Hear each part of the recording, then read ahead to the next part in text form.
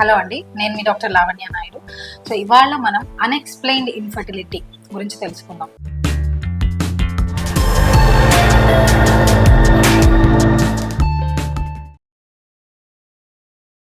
Female side ఏంటి అని అంటే సటిల్ ఓవ్యులేటరీ డిసార్డర్స్. సటిల్ అంటే ఇప్పుడు ఎట్లా అంటే మనకు ఒక అడిక్వేట్ సైజులో ఫాలికల్ రిలీజ్ కాకపోయినా కూడా మనకి కన్సీవింగ్ ఛాన్సెస్ తక్కువ ఉండే ఛాన్సెస్ ఉంటాయి.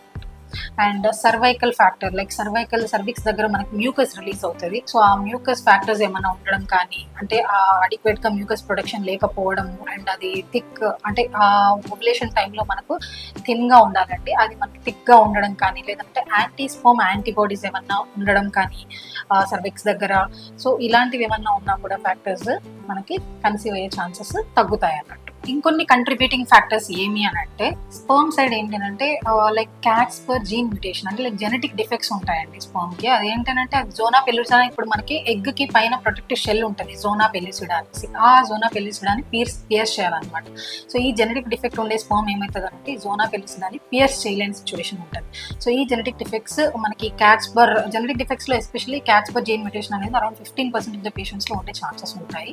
అండ్ ఇలా ఉన్నా కూడా కన్సీవింగ్ ఛాన్సెస్ తగ్గుతాయి అన్నట్టు. And adequate timing like regular ఆ టైంలోనే ఇంటర్కోర్స్, అంటే ఓవ్యులేషన్ టైంలోనే ఇంటర్కోర్స్ చేయడం కానీ, అండ్ ఎరెక్టైల్ డిస్ఫంక్షన్ ఏదైనా ఉండడం కానీ, లేదంటే యాన్ ఎజాక్యులేషన్ అసలు స్పర్మ్ బయటికి రాకపోవడం కానీ. సో ఇలాంటి సిచ్యువేషన్స్ ఏమన్నా ఉన్నా కూడా మనకి ఈ సెమెన్ అనాలిసిస్ అన్ని పారామీటర్స్ అన్ని బాగానే ఉంటాయి, కానీ కన్సీవింగ్ ఛాన్సెస్ ఉండవు అనమాట.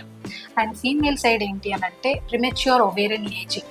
సో ఏమవుతుంది అంటే మనకి ఎగ్ కౌంట్ బాగా తగ్గిపోవడము, and oocyte quality, egg quality సరిగా లేకపోవడము, అండ్ క్యావిటీ అబ్నార్మాలిటీస్. మనకి ఎంబ్రియో ఎక్కడైతే, ఇప్పుడు ఇది గర్భసంచి అనుకుంటే మనకి ఎంబ్రియో లోపల అతుక్కోవాలన్నమాట. గర్భసంచి లోపల 8 మిల్లీమీటర్స్ 7 to 8 మిల్లీమీటర్స్ వరకు మనకు ఒక పొర ఏర్పడుతుంది. సో ఆ పొర దగ్గర వెళ్ళి ఇది అతుక్కోవాలన్నమాట ఎంబ్రియో.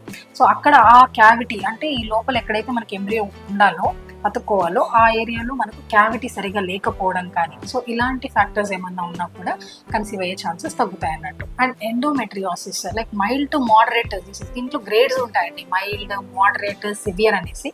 సో ఏంటంటే mild to moderate disease endometriosis మనము డైరెక్ట్గా ఇప్పుడు మన స్కాన్స్లో కానీ వాటిలో కూడా డయాగ్నోస్ చేయడం కొంచెం ఇబ్బంది అవుతుంది అన్నట్టు. సో అలా కనుక్కోలేని సిచ్యువేషన్లో కూడా మనకు ఈ హిడెన్ ఫ్యాక్టర్ ఉండడం వల్ల ఈ ట్యూబ్కి, ఓవరీకి, అండాశయానికి ట్యూబ్కి మధ్యలో అడెషన్స్ ఏర్పడడం వల్ల కూడా కన్సీవింగ్ ఛాన్సెస్ తగ్గుతాయి అన్నట్టు. సో ఈ ట్యూబో ఓవేరియన్ రిలేషన్షిప్ అంటారు అనమాట. ఇది డిస్టర్బ్ అయినప్పుడు chances are very less. Thank you.